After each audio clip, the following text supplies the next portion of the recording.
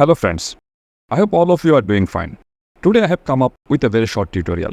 In this tutorial, we will learn how to turn day into night in a very simple way. Let's begin the tutorial. I have imported a video and also added the video to the timeline. Click on the Adjustment tab.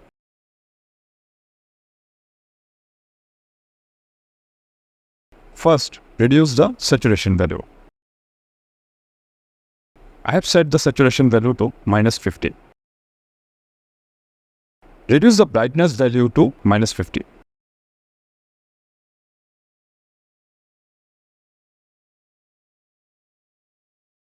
Increase the contrast value to 10.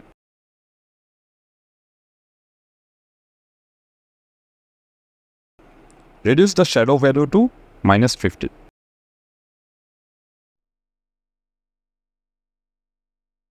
Now reduce the temp value to -30.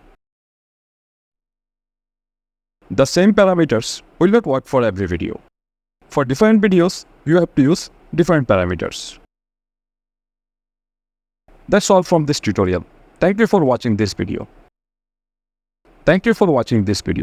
If you like this video, please hit the like button, share it with your friends, and subscribe for more amazing tutorials.